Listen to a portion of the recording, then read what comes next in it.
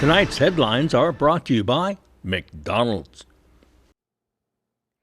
Good evening, Commonwealth, and thanks for watching the Channel 2 News. I'm Sally Lemus. Let's take a look at tonight's top stories. The sidewalks are poured and the street is coming next as Paseo goes from walking to driving. Also tonight, a law clerk arrested on felony charges is out of jail and placed under house arrest. And training begins that will help first responders use drones for search and rescue. In sports, outrigger paddlers are doing their thing in the Saipan Lagoon. Stay with us, these stories and more are next.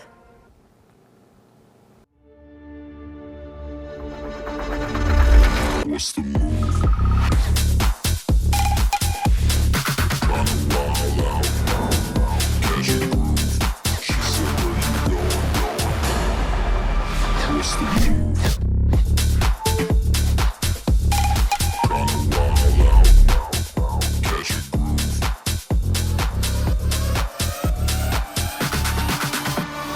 What's the move?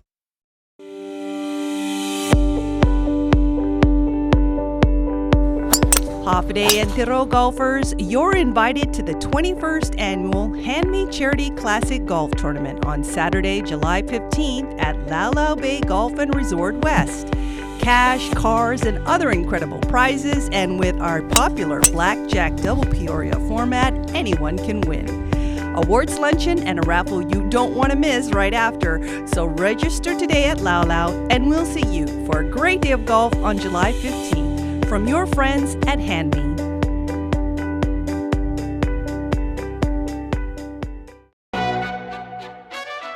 Mickey D's McCrispy.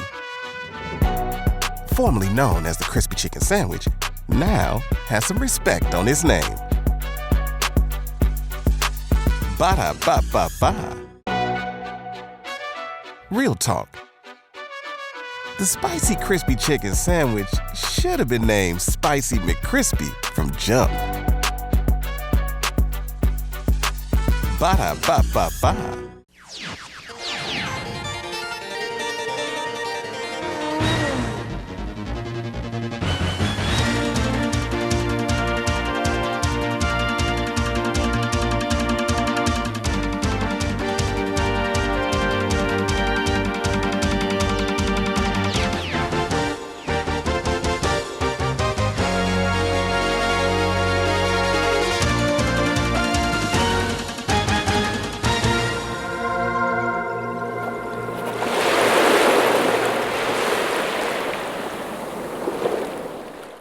Half a day to the Wami and good evening, Commonwealth. Today is Wednesday, June 21, 2023.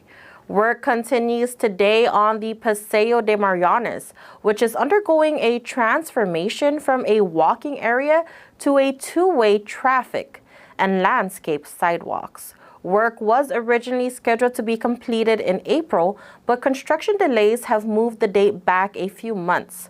However, it's starting to take shape. Our Chris Nelson reports. Sidewalks and planter boxes starting to take shape on the Paseo de Marianas. This was the scene from the pour last Friday on the south side sidewalk in front of Hanamitsu. And this is the pour that happened this morning. Tim Lang is an architect and he's also the project manager. Today what they're doing is they're pouring a sidewalk base layer. It's 5 inches concrete with number 3 rebars at 12 inches both ways, reinforcement. On top of this layer, we're going to be putting paver stones set in mortar. So right now they're just pouring for the base.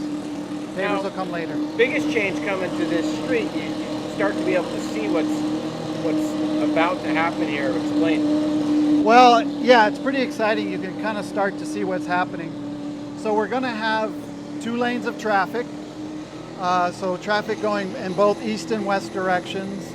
On the sides of the traffic lanes, we're going to have these large planters with Sasugi trees and all different kinds of tropical shrubs and ground cover. Really beautiful. There'll be some benches for people to sit on. We're putting in new lighting, new street lighting. And then of course the stone paver sidewalks. So it's going to be a big difference, and I think it's really going to help us realize the potential of the area. Have you talked to business owners along the street as the project has progressed? Yes. What's their how do they feel? They've been great. They've been really supportive of the project, and the main thing they want is access to their businesses during construction. And that's been a challenge. You can see here where we've got access to Furusato here, running all the way down to Coral Tree Avenue. We've got access to Hanamitsu, New Mirage. But it's been difficult maintaining access during construction.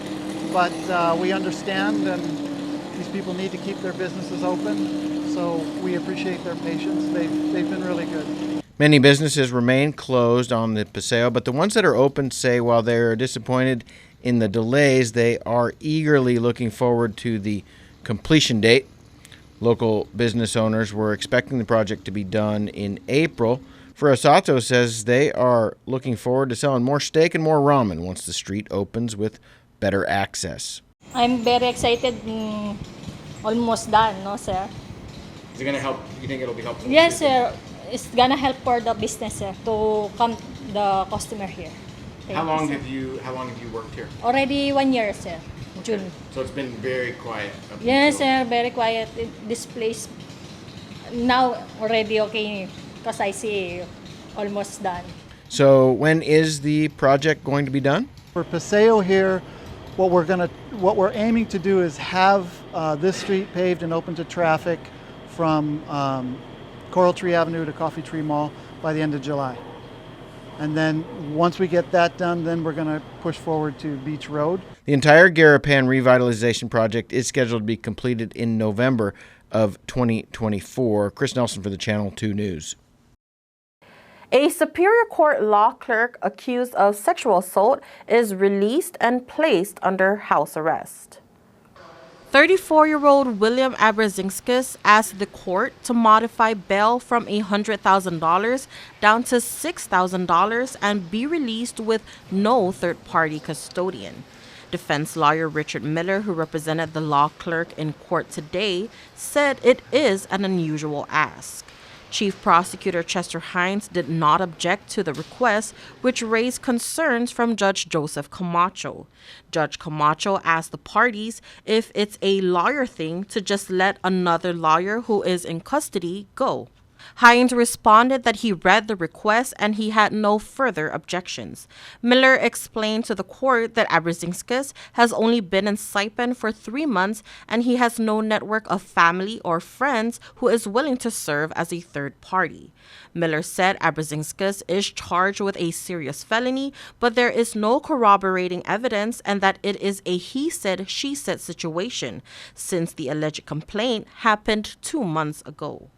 Miller adds that the victim went to the police only after Abrazinskis filed a sexual harassment complaint against her with the Human Resources Office of the NMI Judiciary. While HR investigated the complaint, Abrazinskis was told to work from home and to stay away from the courthouse. Miller says his client has not made contact with the victim since that time, and there is no reason to presume he would now, especially with criminal charges. Judge Camacho took a moment to strike a balance between the arguments and said that Abrazinskis' compliance with HR weighs in favor. Camacho ruled that Abrazinskis be released on a $100,000 appearance bond and that he be placed on house arrest. If Abrazinskis needs to meet with his attorney, he is allowed to leave his residence 30 minutes prior and return 30 minutes after the meeting. Abrazinskis is charged with sexual assault in the first degree, assault and battery, and disturbing the peace. The victim told police that the incident happened on April 8 after she delivered some mail to Abrazinskis' residence and the two went for a swim. She says she initially did not say anything about the incident, but opened up to her supervisor after Abrazinskis filed a sexual harassment complaint with Human Resources against her. A preliminary hearing is set for June 26, 10 a.m. in room 220. Also in court, 2 local males get bail modifications and are granted release. 45-year-old Alden Christopher Igasire is charged with disturbing the peace, assault and battery, and domestic violence. This morning, Judge Camacho allowed Igasire to be released to a third-party custodian on a $1,500 unsecured bail. Igasire was arrested for a domestic incident which happened back in November. According to police, Igasire said he did punch the victim, but that he did not use a closed fist, only the back of his hand. He further stated that his knuckle hit her eye, causing the black eye. An arraignment is set for June 26. On a separate case, 28-year-old Jesse Rangamar was also released to a third-party custodian. Rangamar is being charged with senior citizen physical abuse or mental cruelty, assault, and disturbing the peace. According to court documents, on June 11, police responded to a disturbance complaint in a Chalanlaula residence. Police say they immediately observed Rangamar blocking a 74-year-old male from entering the residence. The victim told police that Rangamar broke his bedroom door, yelled profanities towards him, hit his car, and threatened to hit him with a walking cane.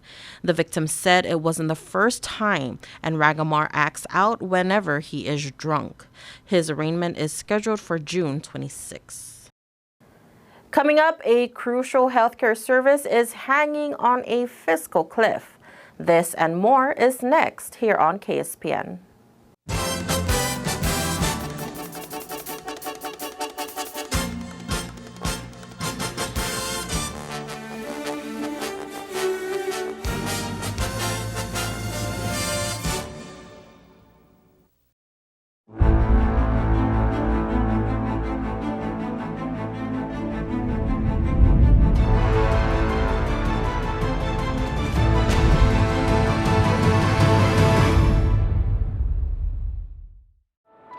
At one of Saipan's beaches, this mother lays about 100 eggs under the cover of darkness.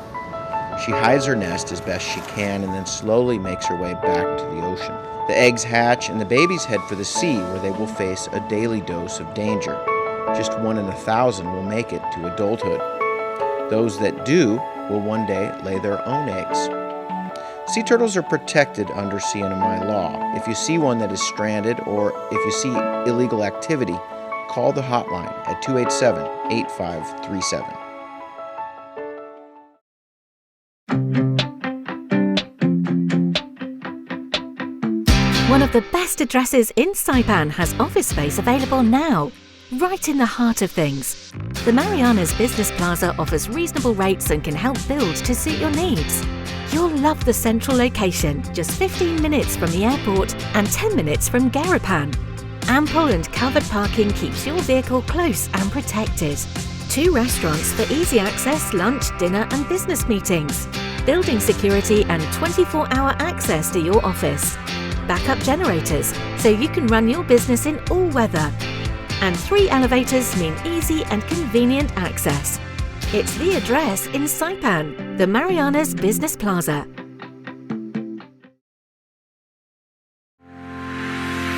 All workers have the right to a safe workplace. Employers must provide a workplace that is free from recognized hazards and comply with applicable OSHA standards, including proper reporting of injuries. Training needs to be done in a language and vocabulary employees can understand, and an OSHA information poster must be displayed prominently in the workplace. Workers, you have the right to raise a safety or health concern with your employer or OSHA without being retaliated against, and request an OSHA consultation of your workplace if you believe there are unsafe or unhealthy conditions. OSHA can help. Free assistance to identify and correct hazards is available to small and medium-sized employers without citation or penalty. So look out, speak up, and stay safe. Job safety and health, it's not only good practice, it's the law. Check out OSHA.gov or call 664-3154 or 3155.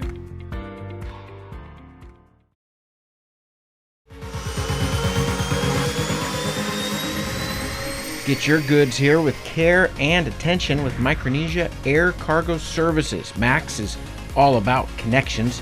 Daily flights to and from Guam, 4 times a week to Rota, and bi-weekly flights to Tinian. We are connecting the Marianas. Perishable goods, Home Depot furniture and appliances, even live animals, operating since 2013. Check out our Thursday special to Rota from Guam and Saipan. Call Max at 670-288-6227. If it fits, we'll take it.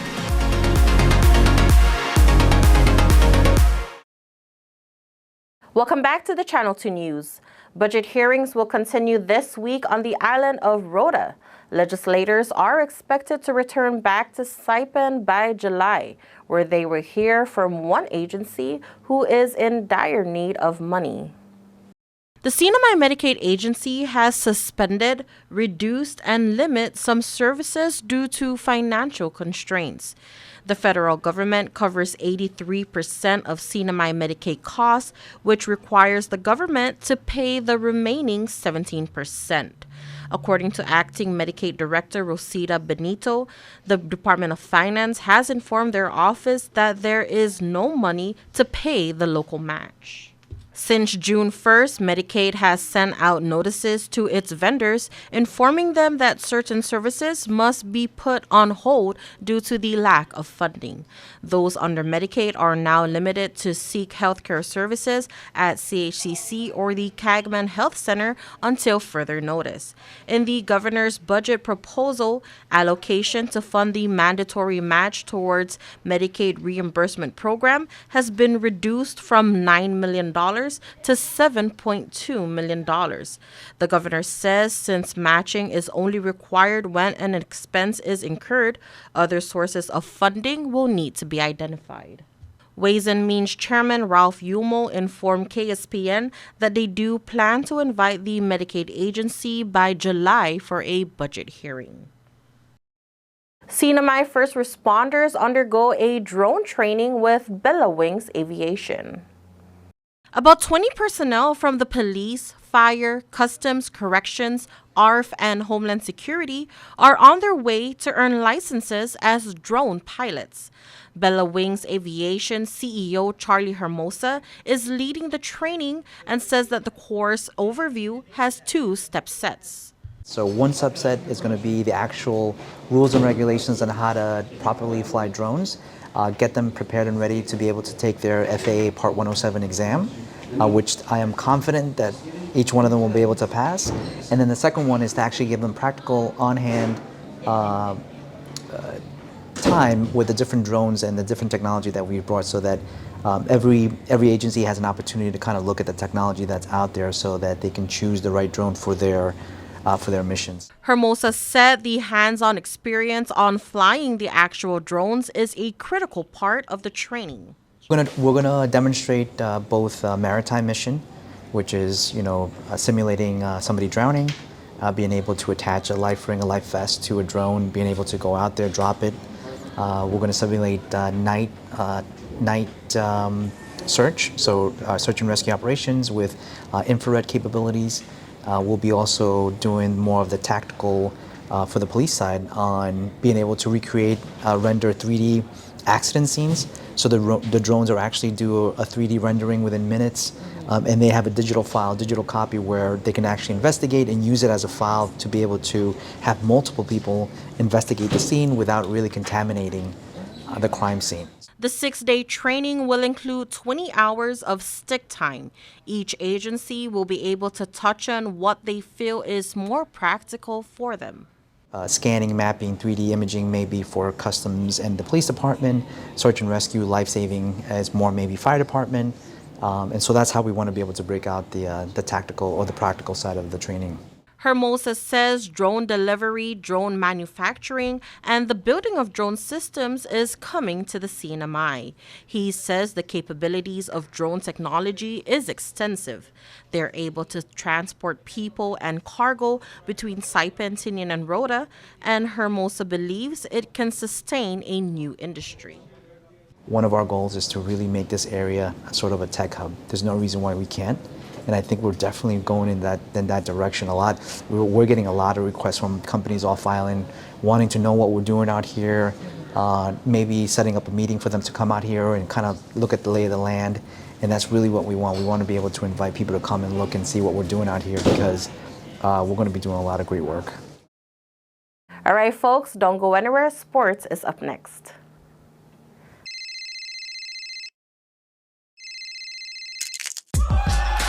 Need a new phone? Trade in now and get up to $500 off our best 5G devices. Trade in your older phone in any condition and step up to better savings and speeds only our 5G network can provide. Check out our website and catch up on the best mobile experience. Trade in now. Docomo Pacific. Better together.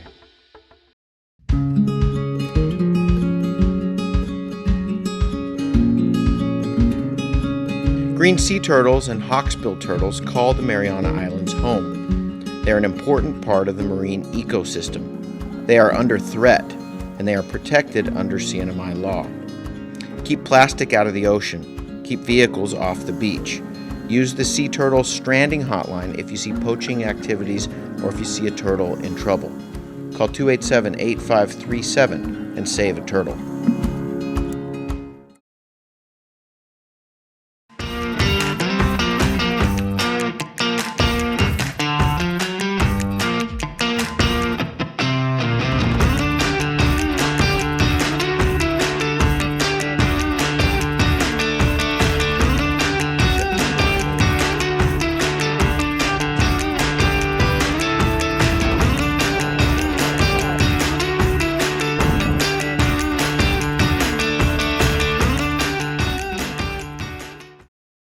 Premium office space is available now at the Hermosa Vista Business Park on Capitol Hill. Features include dedicated parking, fast internet, backup power, good water, and natural light throughout to go along with the very best views on Saipan. So don't settle for space when you can get peace and peace of mind. Call Hermosa Vista today at 670-483-4750 or email hvsaipan@gmail.com.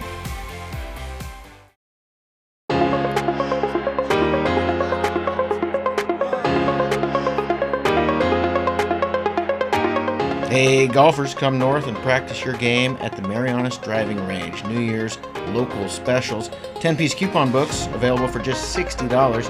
That's a $10 savings. Want to get really good? Come work on your swing every day for just $99 per month. It's our practice pass and you're going to love it. Grab your passes and go straight to the range. You can social distance and chip all at the same time, and the views are free. Reserve now at marianastrekking.com. You can pay online, open 7 days a week.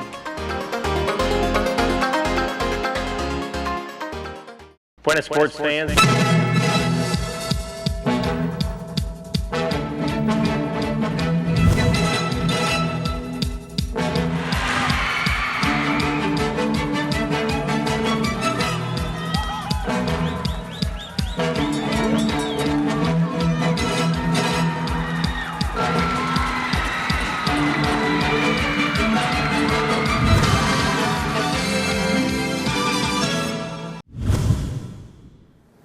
Paddlers squared off over the weekend in the Saipan Lagoon. Let's take a look. There isn't anything more beautiful than sleek outrigger canoes making their way through the turquoise blue waters of the Saipan Lagoon. Every race is a bit different tides, different swells, different wind patterns. You need to paddle hard, but you also need to finely execute turns and have good steering techniques. Physiology important too. You don't want to get too far behind, but you don't want to go out too fast and burn out either. Justin Andrew is the president of the Canoe Federation and coach of the Saipan Paddling Club. So today concludes our 3-race series slalom course, our slalom event, and we begin our 2023 calendar of race events with the slalom so that we can get everyone out, hammer away the rust, and get ready for our long-distance events coming up throughout the summer. Tyann Demapon says it was a paddle battle. She rose for the Marianas Outrigger Club. The finals was intense. We're very proud of all the women that came out and competed, especially our MOC women and our V1 sole competitor, Pips Ball, who's also a member of MOC Women. So congratulations to all the women that raced. More Turner, he says these races go a long way towards selecting the national team for the next Pacific Games. The distance events will begin in July on the V6 and on the V1. So, and then it will conclude at the end of August. And then we go into September. At the end of September, we'll just have a 2-day sprinting event. The race course goes along the Saipan Lagoon with a turnaround near Joten Motors, and then a turn around the outer Sherman tank, the inner tank, and then it's a sprint to the finish line. The course a little bit over 2 miles. I'm Carter Coma. I do V1 and I seat 6 on a V6. It's a great experience. You know, hard work always prevails. So just put in time, pretty much. I see really good quality paddlers. You know, as we continue to train and continue to come out and race, it just improves our individual paddlers overall and our teams. And so we can't really tell because the other race, the other team won. This race, our team won. So it goes back and forth, you know. So it goes to show that it really evens out, you know. Yeah. And then this kind of course, one little error you make on those turns can determine the outcome of the finish. So it's really it can be anybody's race. The competition is good. We always need more guys or more pressure. The level would always gets higher when there's stronger guys or stronger ladies. That's the only way paddling would evolve. It's good pressure. We need more races for us to get stronger.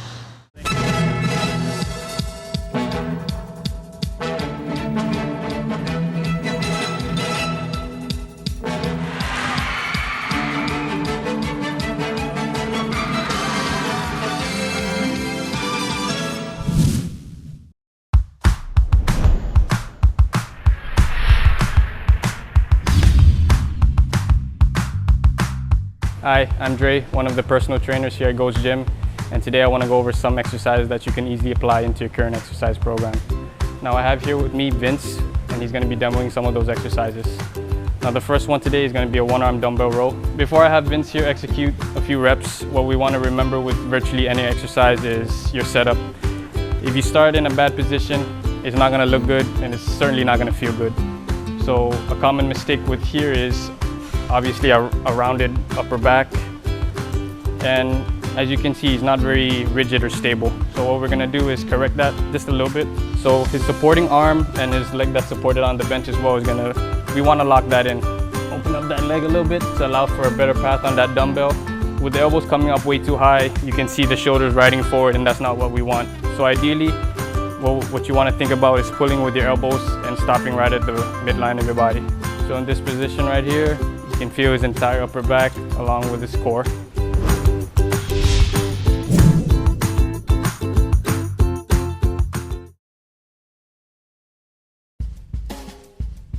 And for your KSPN weather report, tonight partly cloudy with isolated showers and thunderstorms. East wind 10 to 15 miles per hour.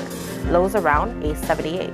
Chance of showers is at 20%. Tomorrow partly sunny with isolated showers. East winds 10 to 15 miles per hour, low 77, and a 20% chance of showers. Your marine forecast combined seas of 3 to 5 feet are expected to remain such until next weekend. They may actually increase slightly as a secondary southwest swell makes it to the region. An encroaching tropical disturbance may increase shower and thunderstorm potential starting midweek. High tide will be at 8:56 a.m., followed by a low tide at 5:14 p.m. Sunrise will be at 5:48 a.m. and the sunset days are getting longer at 6:50 p.m. And there you have it, folks. That is your midweek edition of the news, sports, and weather here in the Marianas. As always, we thank you so much for tuning in to the Channel 2 News. We hope you have a great night, and we'll see you back here on Friday.